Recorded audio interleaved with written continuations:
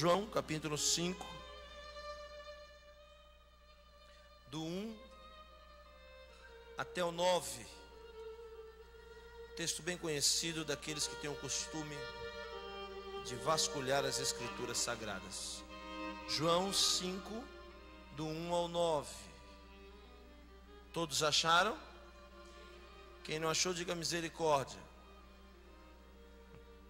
Novo Testamento é o quarto livro. Mateus, Marcos, Lucas e João. Capítulo 5, do 1 ao 9. Nós judeus, quando vamos fazer a leitura de um texto sagrado, seja ele qual for, citamos sempre a seguinte frase: Razar, razar, venit razer. Força, força. Que sejamos todos fortalecidos nessa noite. Está escrito assim na eterna palavra de Deus: passadas essas coisas, havia uma festa dos judeus, e Jesus subiu para Jerusalém. Ora, existe ali, junto à porta das ovelhas, um tanque, chamado em hebraico Beit Reshen, e em português Betesda, a qual tem 5 pavilhões.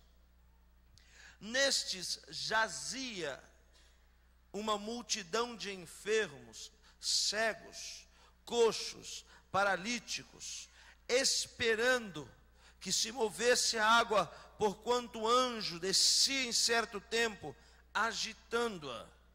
E o primeiro que entrava no tanque, uma vez agitada a água, sarava de qualquer doença que tivesse. Estava ali um homem enfermo, havia 38 anos. Jesus, vendo-o deitado e sabendo que estava assim havia muito tempo, perguntou-lhe: queres ser curado? Respondeu-lhe o enfermo: Senhor, não tenho ninguém que me ponha no tanque quando a água é agitada, pois enquanto eu vou, desce outro antes de mim. Então lhe disse Jesus: levanta-te, toma o teu leito e anda. Imediatamente o homem se viu curado, e tomando o leito, pôs-se a andar. E aquele dia era hoje. Feche os seus olhos por um instante.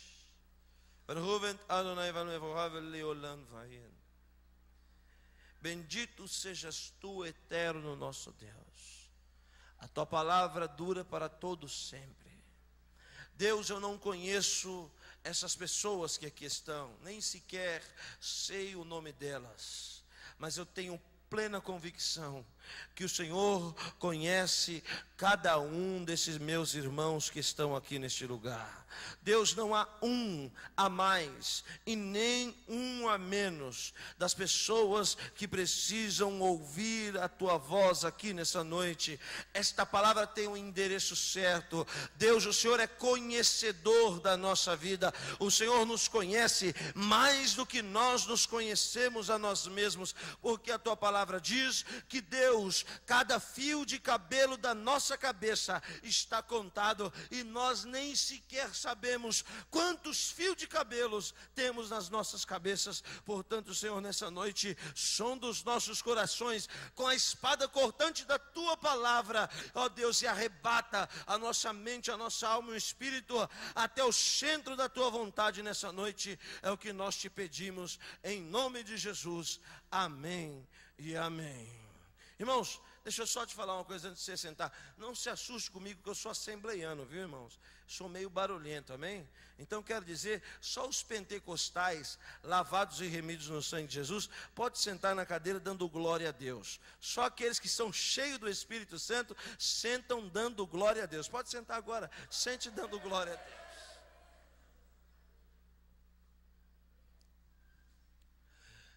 Irmãos, João escreveu o mais profundo dos 4 evangelhos. Se fôssemos fazer uma analogia de pessoas que seguiram a Jesus, uma pirâmide, Na parte mais baixa, nós colocaríamos o número de 500 discípulos citados em uma das cartas paulinas. Um pouco mais em cima encontramos um grupo seleto, já bem seleto, de 70 homens, desses quais não conhecemos e nem sabemos os seus nomes. Um pouco mais acima na pirâmide encontramos o grupo dos 12, estes discípulos que depois se tornaram apóstolos, é lógico que excluindo a pessoa de Judas Iscariotes. Mas um topo na pirâmide, lá em cima, quase no bico, encontramos 3 discípulos que mais se aproximaram de Jesus: Pedro, Tiago e João. Agora, uma colocação minha de Yosef, lá em cima, no cume, na pontinha, está o homem que mais perto andou de Jesus, o homem que se debruçava no seu peito, o autor do Evangelho de João, e o seu nome era Yohanan. Deus é graça, Deus é gracioso. Esse homem escreveu este livro, mais 3 epístolas e mais o único livro profético do Novo Testamento. Foi o único, como disse a pastora que me antecedeu, que teve morte natural. Esse homem descreveu no seu evangelho 7 dentre tantos outros milagres e sinais que Jesus realizou no meio dos homens.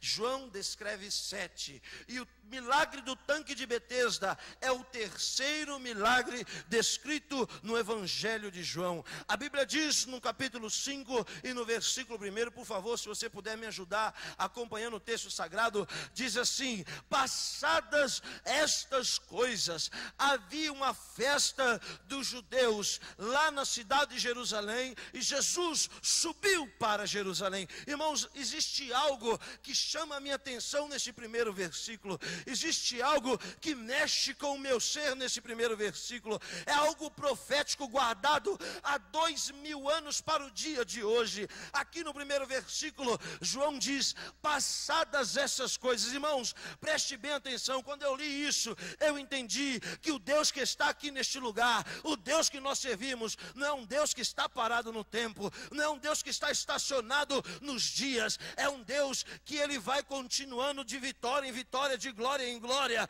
É um Deus que não para, é um Deus que olha para o passado, que para ele é passado, mas que para hoje o nosso presente para ele é presente, e ele já conhece o nosso futuro. Eu estou falando de um Deus que hoje, nesta noite, está virando a página da tua história e dizendo: se prepare para um tempo novo, se prepare para um tempo novo que está chegando, porque algumas coisas estão passando da tua vida, coisas velhas vão passar, porque coisas novas vão chegar. Só aqueles que acreditam que Deus está falando, levanta a mão para o céu, abre a boca e dá um glória a Deus. Aleluias. Passadas essas coisas, Jesus subiu para uma das festas anuais dos judeus em Jerusalém. Deixa eu só te centralizar aqui na mensagem. Existiam 3 festas dos judeus anuais. A primeira é o Pessah. O Pessah é a Páscoa. A segunda é Shavuot. Shavuot é 50 dias depois da Páscoa. É o Pentecoste, a festa das colheitas. E depois, no findar do ano, a última festa, festa de Sukkot. Sukkot é plural de Sukkah. Sukkah quer dizer cabana, Sukkot quer dizer cabanas. Festa dos tabernáculos, conhecida aqui no Brasil.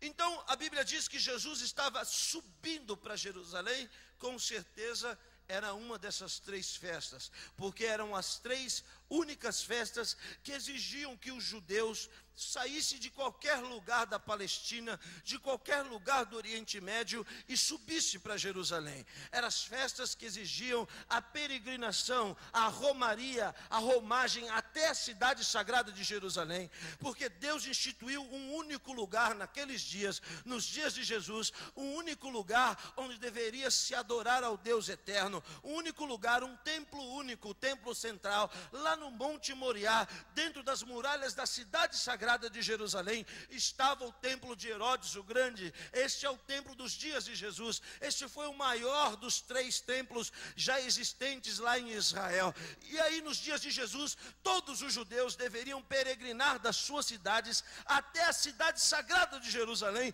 para lá estar celebrando as festas ao Deus eterno de Israel. Não sei se alguém aqui já viu alguma maquete, alguma foto, mas você vai entender o que eu vou dizer. Estes judeus, quando chegavam em Jerusalém para celebrar ao Senhor no templo, eles deveriam passar pela maior porta da cidade. A porta dourada existe até hoje. Hoje ela está fechada, porque não existe mais o templo. Existe uma mesquita de Al-Aqsa da Rocha, lá no lugar do templo. Os muçulmanos fecharam a mesquita, ou melhor, fecharam a porta, porque eles ouviram a profecia de que quando o Messias viesse, deveria adentrar por aquela porta, a porta dourada. A porta dourada é a maior das 12 portas de Jerusalém. Era ela que dava acesso direto ao santuário. Quando se atravessava a primeira porta, a de ouro, chegava-se então numa segunda porta, que nós lemos em Atos, se eu não me engano, capítulo 3, a porta formosa. Ali em cima existia uma placa escrita em grego, latim e hebraico. A placa tinha o nome Shoreg, quer dizer proibido, cuidado, porque nenhum homem que não fosse judeu, que não fosse circuncidado, poderia adentrar aquele átrio, porque se ele atravessasse aquele lugar sagrado, ele poderia ser morto, apedrejado, sob pena capital, por ter profanado o santuário do Deus de Israel. Esses dias, capítulo 5, versículo 1, eram dias de peregrinações. Judeus vinham de todos os lugares para adentrar a maior porta, atravessar a maior porta, para em honra exaltar ao Deus de Israel. Mas João muda o curso do texto, porque no versículo 2 disse: ora, existe ali, junto à porta das ovelhas, um tanque chamado em hebraico Beit Reshen, ou Betesda. A palavra Beit Reshed é uma conjuntura hebraica. Beit quer dizer casa, Reshed quer dizer misericórdia. Casa de misericórdia. Deixa eu te explicar uma coisa: das 12 portas de Jerusalém, a única porta que o homem não poderia entrar, por ser ela a mais estreita, a mais apertada e aquela que não foi designada para homem entrar, era a porta das ovelhas. A porta das ovelhas dava para o fundo do templo. Quem está me entendendo, diga amém.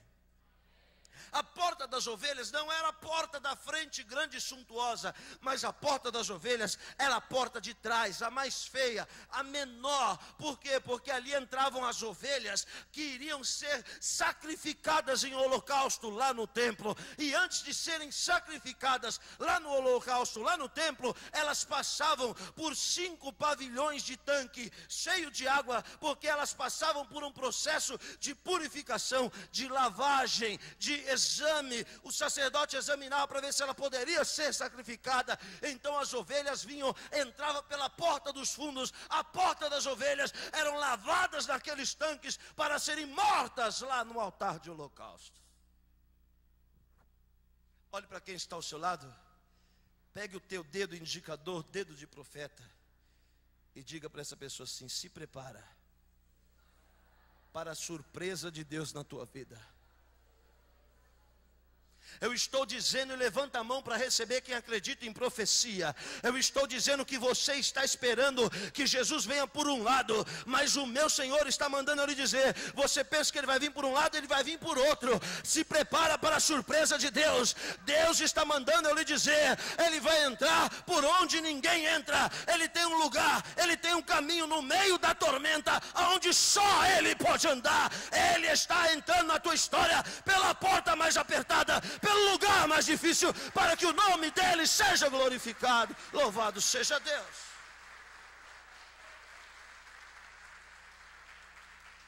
Na tua vida existe uma porta das ovelhas. É a porta que não é qualquer um que entra. É a mais escondida. É a porta do fundo da tua história. Preste bem atenção. Jesus saiu da multidão, da porta dourada, se deslocou e foi para a porta do fundo, porque Deus é um Deus de propósito.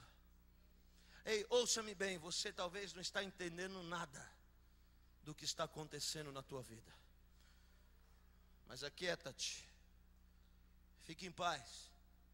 Deus está trabalhando por detrás das cortinas. Ele está confundindo o teu adversário. Está todo mundo esperando que ele venha por aqui, ó, pelo óbvio, e ele vai vir por aquilo que não é óbvio. Diga para quem está ao seu lado, o que importa? Diga com fé, irmãos, o que importa é que o milagre vai acontecer. Estes 5 tanques, era um pavilhão com 5, um deles recebeu o nome, a casa da manifestação da misericórdia de Deus. Num desses tanques, meus irmãos, não existiam ovelhas. Num desses tanques não se banhava ovelhas, e nem homens. Um desses tanques, a Bíblia diz jazia. Jazia não é do verbo jaz, mas é do verbo jaz, que quer dizer morte. A Bíblia diz, neste jazia, morria uma multidão de enfermos. Entre colchetes, João faz um comentário. Se está escrito, eu acredito no que está escrito. Uma vez uma pessoa perguntou para mim assim, pastor, eu tive estudando sobre o Mar Vermelho e cheguei à conclusão, uma pessoa falando para mim, cheguei à conclusão de que aquela história do Mar Vermelho se abrir, aquilo não é verdade, pastor. Eu falei, é, irmão? Então o que é a verdade? Não, a verdade é que existe uma época do ano, lá na península do Sinai, que o Mar Vermelho abaixa a maré, e você pode passar por ele com água nas canelas. Diz, puxa vida, que formidável. Glória a Deus. Então o milagre foi maior, irmão. Ué, pastor, o milagre foi maior? Sim, porque com água nas canelas, Deus engoliu o exército dos egípcios e matou todos eles. Se está escrito que o anjo do Senhor vinha de tempo em tempo e movia as águas daquele tanque, e o primeiro que pulava lá era curado, eu prefiro acreditar na palavra de Deus. A Bíblia diz, um anjo de Deus descia e movia as águas daquele tanque, aquela água já parada há muito tempo. Olha, um texto mais antigo diz, aqui está escrito assim, esperando que se movesse a água, porquanto o anjo descia em certo tempo. Há um texto mais antigo que diz que o anjo descia de ano em ano. Se formos então por esse texto mais ortodoxo e mais antigo, então nós vamos fazer a seguinte análise. Nós estamos aqui na parte ocidental do planeta, vivendo debaixo do calendário gregoriano. O calendário gregoriano ele tem 365 dias no ano, 366 quando é bissexto. O calendário gregoriano é um calendário medido pelo sol, é um calendário solar. O calendário gregoriano hoje, estamos no ano 2004 e já entrando no ano 2005. Porém, o calendário judaico é um calendário lunar, é um calendário que tem diferença de dias. Por exemplo, se no gregoriano estamos em 2005, no calendário judaico estamos no ano 5765, aleluia. E também o calendário judaico não é medido pelo sol, é medido pela lua, então há diferença de dias, em média 358 dias a 362 dias, portanto há uma pequena diferença de dias. Vamos arredondar isso, pastor Santiago, para 360 dias. Imagine você, essas pessoas esperavam durante 360 dias, um dia em que Deus enviava um anjo para abençoar uma pessoa. Casa de misericórdia. Deus ministrava a sua misericórdia aos homens, uma vez por ano, para uma pessoa. Diga comigo, conta-gotas. Eu não ouvi, mais uma vez. Eu olho para esse texto e vejo uma divisão aqui nele. Eu vejo dois períodos aqui. Eu vejo um período de conta-gotas de Deus. Tum. Aí outra gotinha, só ano que vem. Misericórdia, Beit Reshen, misericórdia, Reshen, tum. Outra misericórdia só ano que vem. Para uma pessoa, um por vez. Mas existia algo virtuoso na vida dessas pessoas. Eu não sei se por falta de opção, mas elas tinham algo que chamava a minha atenção. Elas estavam esperando algo da parte de Deus. Irmãos, talvez haja alguém aqui no nosso meio hoje que está vivendo de conta-gotas de Deus. É uma bênção ali, é uma bênção lá, é uma bênção lá em abril.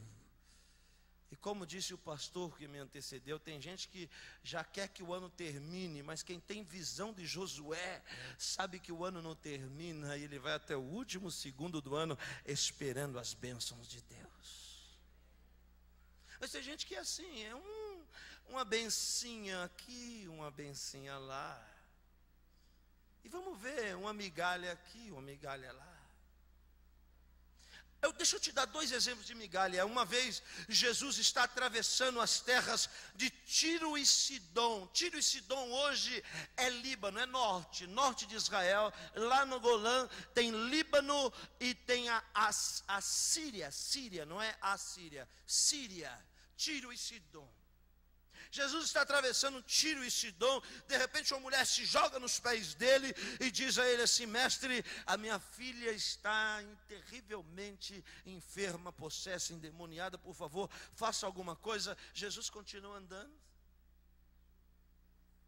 Ela vai, pula na frente de novo e fala: mestre, por favor, me socorra, faça alguma coisa. Jesus para e diz a ela: você não sabe que eu vim para as ovelhas perdidas da casa de Israel?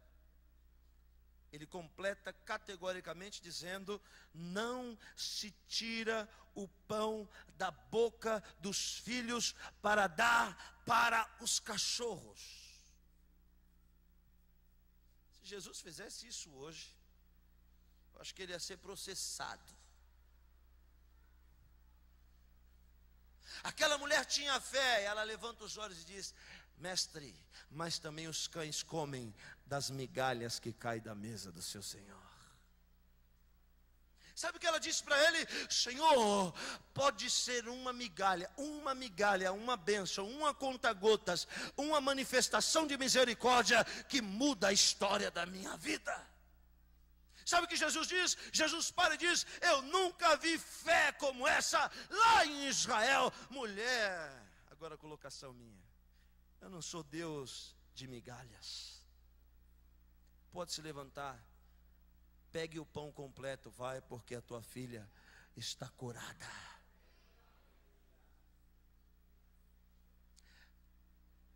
Um dia Davi está sentado no seu trono, no seu palácio, e aí Deus o faz lembrar de um pacto, um voto, uma aliança que ele havia feito com Jonatas, o seu amigo.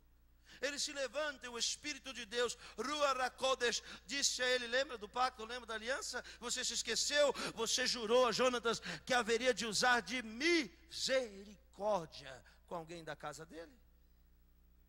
Davi chama um dos seus servos e diz: existe alguém da casa de Saul, alguém aqui no meu reino, aqui nas minhas terras, da casa de Jonatas, para que eu possa usar de misericórdia?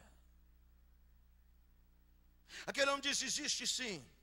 É um filho de Jonatas, neto de Saul. O seu nome é Mefibosete, e ele está lá nas terras longínquas de Lodebar. Lodebar é a conjuntura hebraica que quer dizer não memória, lugar de esquecimento. Estava esquecido, jogado, vivendo de favor, aleijado das duas pernas e vivendo de migalha na casa dos outros. O rei disse: pode ir lá, busque Mefibosete e traga ele para se assentar na mesa comigo. Mefibosete era aleijado das duas pernas, não é, pastores? Não andava. Alguém traz Mefibosete, eu imagino o dia que Mefibosete chegou no palácio real de Davi. Eu imagino aquela mesa enorme, farta, grande, gloriosa. Eu imagino os príncipes, filhos de Davi, chegando ali. Imagine você, Absalão, pai de paz. Absalão era o homem mais bonito da história bíblica. Absalão tinha cabelos compridos, pesados, que cortava as suas pontas uma vez por ano e pesava 3 quilos, as pontas dos cabelos de Absalão. Imagina Absalão entrando para estar na mesa com o seu pai Davi. Imagina Adonias, imagino Salomão, imagino os outros filhos, Eliabe, Elisada, Elifelete, imagino os outros todos entrando para se sentar na mesa com Davi. Daqui a pouco entra o aleijadinho Mefibosete, que estava comendo migalhas, que estava no esquecimento. Olha, terra do esquecimento, lugar de não memória, onde ele estava. Mas lá onde ele estava, Deus fez Davi voltar à sua memória e lembrar do pacto que havia feito com ele. Meu irmão, minha irmã, preste bem atenção no que Deus está dizendo hoje aqui. Você é que pensa que Deus esqueceu das promessas que ele fez na sua vida. O meu Senhor está mandando eu lhe dizer: eu não me esqueci do que eu te prometi, e pode se preparar, porque tem uma mesa para você, é uma mesa farta. Eu vou te colocar assentado junto com os príncipes, diz o Senhor dos exércitos. Alguém aqui no nosso meio que está vivendo de migalhas, e hoje o Senhor pega você, muda a tua sorte e põe você sentado junto com os príncipes, comendo o melhor dessa terra. Lembre-se que ele era aleijado, mas se assentando na mesa de Deus, não tem grande nem pequeno, todos têm a mesma estatura. Assentando-se na mesa da misericórdia de Deus, as nossas imperfeições ficam ocultas, ficam escondidas.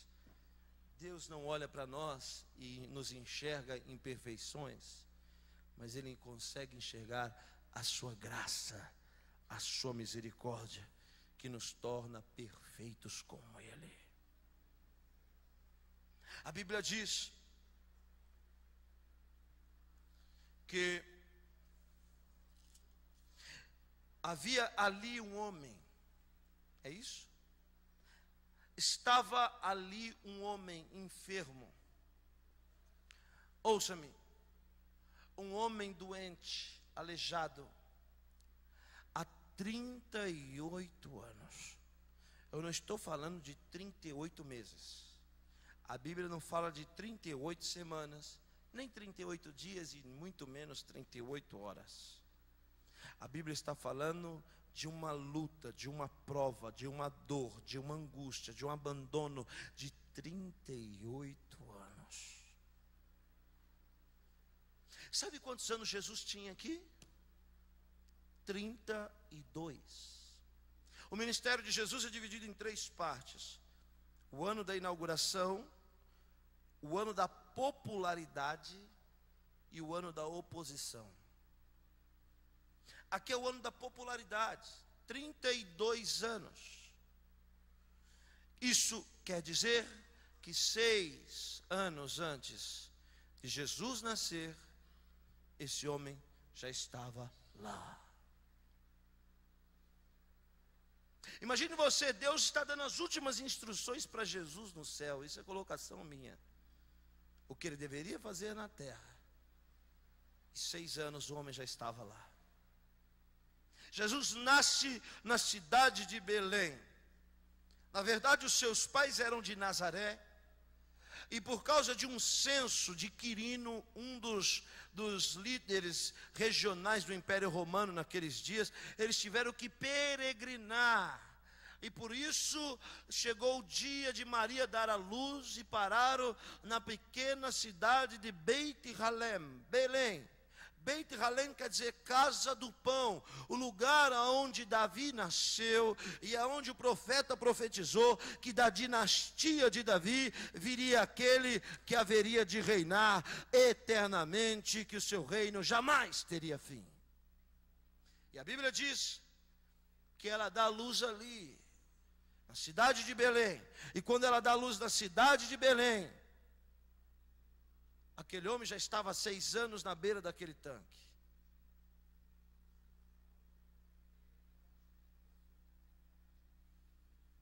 Jesus agora é apresentado no templo, com 8 dias, conforme a Torá. O varão, homem, deve ser apresentado ao Senhor, consagrado a Deus. Lá nos dias de Jesus no templo, então traziam a criança até o sacerdote oferecia um holocausto, e no caso de Yosef e Miriam, que é Maria e José, no caso deles, por ser pobres, uma pombinha em sacrifício, levantaram o menino, consagraram o menino, fizeram a Brit Milá, que é a circuncidaram o menino e perguntaram para o pai como é o nome do menino, e o pai disse, o nome dele é o nome que o anjo ordenou que fosse, e Yeshua é o nome dele, que quer dizer Deus é salvação. Com 8 dias, e já faziam 6, que esse homem estava lá na beira do tanque. Jesus desaparece e aparece agora, preste atenção, João e os outros evangelistas, eles frisam as fases da vida de um judeu: o nascimento com a aliança da circuncisão, e depois com 13 anos aparece Jesus fazendo bar mitzvah. Bar mitzvah quer dizer filho do mandamento, filho da lei. É com 13 anos que o garoto em Israel pela primeira vez vai fazer a leitura pública da Torá. Veja bem, na escola se aprende a lei de Deus em Israel, e portanto os meninos, quando iam fazer o bar mitzvah, eles deveriam recitar versículo por versículo de Gênesis, Êxodo, Levítico, Números e Deuteronômio, ou seja, Bereshit, Shemot, Vaikra, Bemidba e Devarim. Ele recitava versículo por versículo da palavra de Deus, só dos 5 primeiros. Mas a Bíblia diz que os pais de Jesus vão embora, perdem o menino, voltam depois de 2 dias, ele está no templo, e ele não está sozinho, ele está discutindo com os doutores da lei, ou seja, ele se deu muito bem recitando Gênesis, Êxodo, Levítico, Números e Deuteronômio, mas Jesus estava excedendo o conhecimento das outras crianças da sua idade, porque ele estava também citando a Taná, ele estava também citando o livro dos Salmos, ele estava recitando os livros históricos, ele estava recitando também o livro proféticos e poéticos. Ele estava assustando os rabinos da época, que perguntavam da onde vem tamanha sabedoria. Jesus desaparece com 13 e reaparece com 30. Com 13 anos, já faziam 19 que aquele homem estava na beira daquele tanque. Uma vez uma pessoa perguntou para mim: pastor, o que Jesus fez dos 13 aos 30? Por que não está na Bíblia? Pastor, o que aconteceu? Alguém disse que ele foi nos pés de Buda, alguém disse que ele foi não sei aonde, alguém disse que ele não foi não sei. Pastor, enfim, o que aconteceu? Eu disse: sabe o que aconteceu? Disse: não. Aconteceu algo que não te interessa.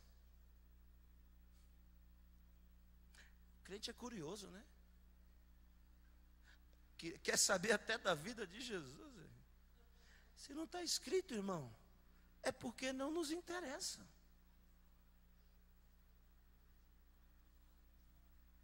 Se não está escrito, porque a Bíblia diz que as coisas reveladas pertencem aos homens, mas as ocultas pertencem a Deus. Jesus aparece com 30 e já faziam 36 que o homem estava na prova. É batizado no Jordão, é tentado no deserto, vai para a sinagoga lá em Nazaré, é expulso, desce até Naim e vai. E os anos vão passando até que chega o dia da vitória daquele homem. Eu quero dizer a você, eu não te conheço. E eu também não sei quanto tempo você está esperando algo da mão de Deus. Mas eu tenho uma boa notícia para lhe dizer. O tempo da tua vitória chegou. Jesus está vindo em tua direção. Betesda existe até hoje, as suas ruínas existem até hoje. Ela está entre os muros. É um lugar baixo. Eu acho que os sacerdotes pensaram, pastor Santiago, vamos aproveitar esse pedacinho de terra aqui, é um buraco, existe até hoje. E quando chegou o dia de Jesus descer a Betesda, ele sai do meio da multidão, entra pela porta das ovelhas, lugar que cheirava mal, sujo, e desce até Betesda. E quando ele vai chegando em Betesda, eu imagino a chegada de Jesus em Betesda. Irmãos, esse Jesus aqui da Bíblia não é aquele que você conhece, de cabelos longos, loiros, de olhos verdes, bonito, bem maquiado, com a barba bem feitinha, com o coração pegando fogo e olhando assim. Que lá não é Jesus não, irmão. Que lá é algum artista de Hollywood, que lá é algum ator da televisão da Globo. Irmãos, o meu Jesus não é esse. O meu Jesus é aquele que o profeta diz, que as pessoas olhavam para ele e não desejavam nada nele por causa da sua aparência. Era desprezado entre os homens, era humilhado, homens de dores, marca, calo nas mãos por ter o pai morrido cedo e ter que ter sustentado os seus irmãos. Homem que eu acredito franzino, caráter judeu, mas que eu acredito que tinha duas coisas muito fortes na vida de Jesus. A primeira era a maneira de ele olhar para as pessoas. Ele olhava de uma maneira diferente. Ele não era mais um rabino, ele era o rabino. Ele olhava, observe João capítulo 8, trouxeram a mulher pega em adultério, pastor, e aí quando os acusadores chegaram, ele não olhou para eles, ele abaixou a cabeça. Quem não tiver pecado, atire a primeira pedra. Foi saindo todo mundo, só ficou a mulher, com a cabeça baixa. Ele diz ainda para ela, cadê os teus acusadores? Ela diz, foram embora. Aí então ele levanta os olhos, que olhar penetrante, que olhar forte. Olha para dentro da alma dela e diz, eu também não te condeno, vá e não peques mais. Outra coisa forte em Jesus era a maneira que ele falava. Uma vez aqueles homens contrataram soldados para prendê-lo. Foram num culto como esse, assim, Jesus está pregando. Os soldados chegaram todos enfurecidos para prendê-lo. De repente chegaram, pararam na porta e começaram a ouvir a mensagem poderosa que saía da boca daquele homem. Fim das contas, voltaram para casa de mãos vazias. Os chefes disseram, trouxeram o homem? E eles disseram, não, não trouxemos. Por que vocês não o trouxeram? E eles disseram, porque nunca vimos ninguém falar como este homem fala. Ele fala diferente. As palavras dele não são aquelas que ficam jogadas ao ar, ao vento. Elas entram dentro do nosso ser. Este Jesus desce até aquele lugar e a sua presença assusta as pessoas. Irmãos, me aguente mais 15 minutos. Pode ser? Quem quer que eu pare e diga amém? Quem quer que eu continue e diga glória a Deus? Já peguei muitos assim, ninguém caiu aqui. Jesus desce e ele vai passando por cima de um, ele vai passando por cima de outro, vai se desviando de um, ali é muita gente, e de repente ele encosta num homem que estava deitado na beira do tanque. Irmãos, ao mesmo tempo que perto da Vitória, tão longe dela, viu 38 pular na frente dele, e ele nunca foi abençoado por Deus. Sabe, irmãos, existem bênçãos que as pessoas alcançam antes da gente, porque aquela bênção não é para nós. Existe uma frase que o melhor vinho sempre fica para o final. E às vezes é melhor estar no fim da fila, porque os últimos serão os primeiros. Na beira do tanque, olhava para aquelas águas e se lembrava das pessoas que foram abençoadas no lugar dele. De repente Jesus se encosta. Imagina, Jesus chega perto dele, uma voz mansa, uma voz penetrante, e Jesus olha para aquele homem e diz a ele: queres ser curado? Que pergunta! Se eu quero ser curado? Sabe, irmãos, às vezes eu fico pensando, pastores, por que Deus faz essas perguntas? Por exemplo, por que Deus luta a noite inteira, o anjo do Senhor luta a noite inteira com Jacó? Quando o dia vai amanhecendo, Deus pergunta: como é mesmo o seu nome? Por que será que o anjo do Senhor entra dentro da tenda de Abraão, conversa com Abraão, come com Abraão e depois pergunta a Abraão: e Sara, a tua mulher, aonde ela está? Cadê Sara? Eu quero saber onde ela está. Será que Deus não sabia onde estava Sara? Será que Deus não conhecia Jacó? Perguntas.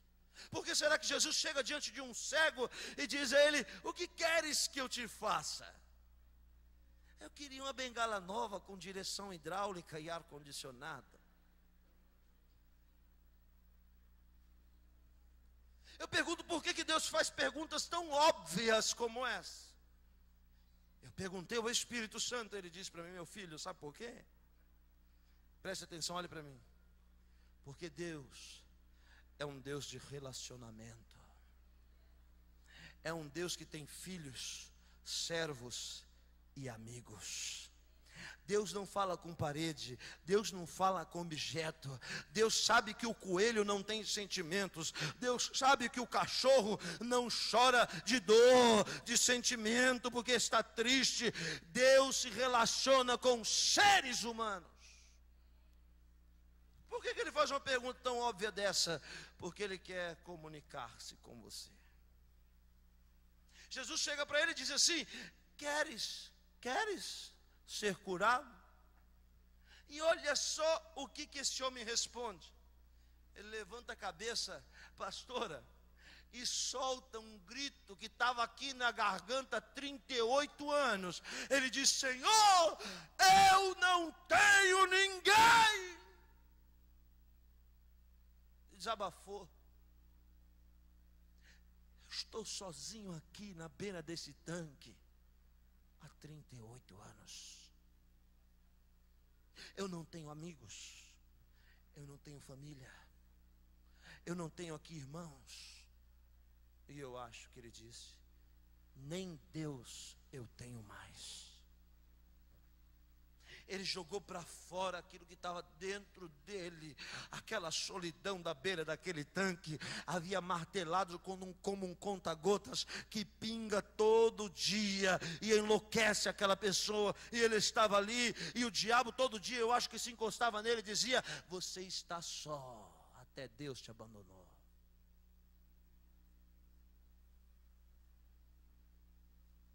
Jesus não tinha perguntado se ele estava só. Jesus perguntou para ele: quer ser curado? Irmãos, ainda bem que Deus não leva em conta as besteiras que a gente fala. Ainda bem. Eu sei que isso nunca aconteceu aqui em Leme, só lá onde eu moro, em São José dos Campos. Mas teve um dia da minha vida, alguns dias da minha vida, que eu estava tão triste, tão abatido, tão apático, tão moribundo, que eu chorei e disse: Deus, me mata, eu quero morrer. Eu acho que isso não acontece aqui.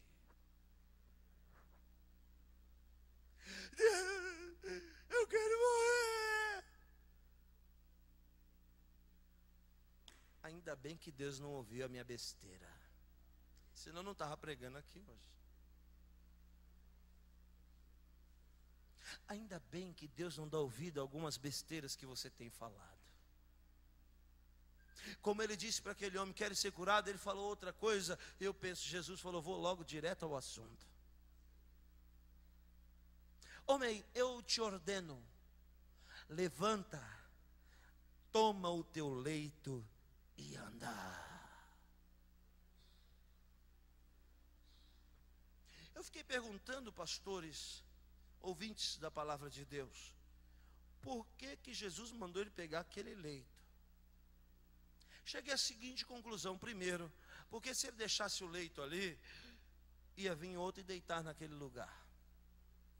Segundo, o mais principal das conclusões, a mais principal das conclusões é a seguinte: Jesus disse para ele: pega esse leito, dá uma enrolada nele, bota debaixo do braço, anda, faz o que você não fazia até hoje. E outra, anda com esse leito, porque quando você falar para alguém que eu fiz uma obra na tua vida, você desenrola o leito e mostra para eles, diz aqui, ó, esse daqui é o leito que eu estava há 38 anos. Esse daqui é o leito que mandou na minha vida 38 anos, que me dominava. E agora depois de ter me encontrado com Jesus, sou eu que domino ele. Existem coisas que Deus faz na nossa vida, principalmente milagres, que Ele faz questão de deixar sequelas. Uma vez um pastor paralítico, Deus o levantou da cadeira de rodas. A primeira coisa que alguém perguntou foi a seguinte: pastor, vai entregar essa cadeira de roda para outra pessoa? Vai dar de presente para alguma instituição de caridade? Ele disse: não, essa cadeira de roda eu vou levar para minha casa, vou colocar na beira da minha cama. Todo dia que eu acordar de manhã, eu vou olhar para ela e me lembrar da misericórdia de Deus na minha vida. Por isso que Deus deixa sequelas. Sabe, irmãos, tem pessoas, me desculpe, que não estão preparados para receber bênção de Deus. Vive pedindo uma casa na praia. Deus, me dá uma casa na praia. Deus, me dá uma casa na praia. Deus, me dá uma casa na praia. Deus, me dá uma casa na praia. Deus dá uma casa na praia para ele. Cadê o crente na igreja? Deus, eu queria um carro, porque eu quero fazer, olha a mentira, eu quero fazer a tua obra, eu quero consagrar esse carro para o Senhor. Aí Deus dá um carro, cadê o crente? Está batendo perna aí com o carro aí. Deus, pode me dar um noivo? Oh Deus, pode ser um noivo qualquer, 1,80 m, olhos azuis, rico, empresário. Deus, dá um noivo para mim. Deus dá, cadê o crente? Cadê? Está no cinema com o noivo.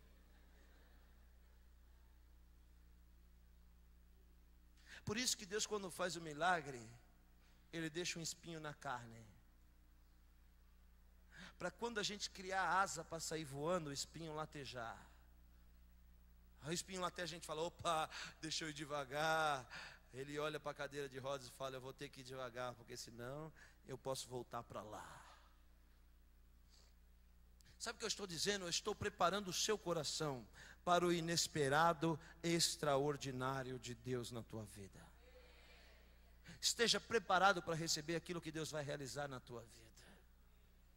Jesus encostou e disse para ele: levanta, homem, toma o teu leito e anda. Eu imagino a ordem de Jesus, e aquele homem com as pernas, irmã, atrofiada, não sentia nada naquelas pernas. De repente eu fico imaginando quando ele começou a sentir um fogo na pontinha do dedo. Começou a mexer a pontinha do dedo, era um fogo gostoso. E ele olhava para Jesus e olha o que está acontecendo. E o fogo daqui a pouco estava no pé, no joelho, na perna, na canela. Daqui a pouco aquele fogo invadiu aquele homem, e ele estava de pé andando na presença do Senhor. É assim, a gente espera que Deus envie um anjo, e é Ele mesmo em pessoa que vem para nos abençoar. Às vezes a gente estamos esperando a água, e Deus manda o fogo. Às vezes nós estamos pensando: não, é só dar um mergulho e minha vida resolve. E Deus fala: não. A sua vida vai mudar sem mergulho. Deus vai começar a movimentar áreas da tua vida que estão paradas há muito tempo. 2 amém aqui na frente, só eles vão receber isso. Você vai receber poder de Deus em áreas que estão atrofiadas na tua vida. Há uma ordem do céu, levanta e anda. E a Bíblia diz que aquele dia era Shabat. Shabat quer dizer sábado. Sábado quer dizer descanso. Mas dar descanso a um homem que estava deitado a vida inteira. O descanso para aquele homem era estar centralizado no milagre de Deus. Andando. Quantos estão comigo? Digam amém. Quantos estão dispersos? Diga aleluia.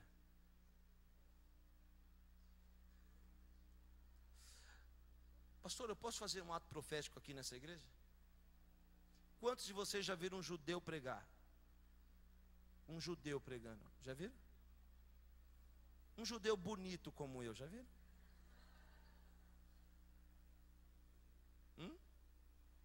Com a barba belíssima como essa. Eu cheguei de chapéu ali, a criança gritou: mãe, olha o Zorro. Não, Zorro não. Nós judeus usamos sempre a roupa preta com a camisa branca. Quando eu voltar aqui, vocês vão me ver de preto com branco. Não fica pensando: nossa, o pastor não trocou esse terno até hoje. Fique tranquilo, eu tenho um monte de terno preto e um monte de camisa branca. É a nossa tradição há anos e anos que eu só me visto assim. Os judeus se vestem assim. Nós vamos fazer um ato profético aqui hoje. Quantos estão comigo? Digam amém. Você vai pegar alguma coisa aí, pode ser uma chave, sei lá, uma bolsa, uma toalhinha, um lenço, alguma coisa que vai representar o teu leito hoje. Rapidamente, você pode pegar isso? Pega alguma coisa aí, pega alguma coisa aí.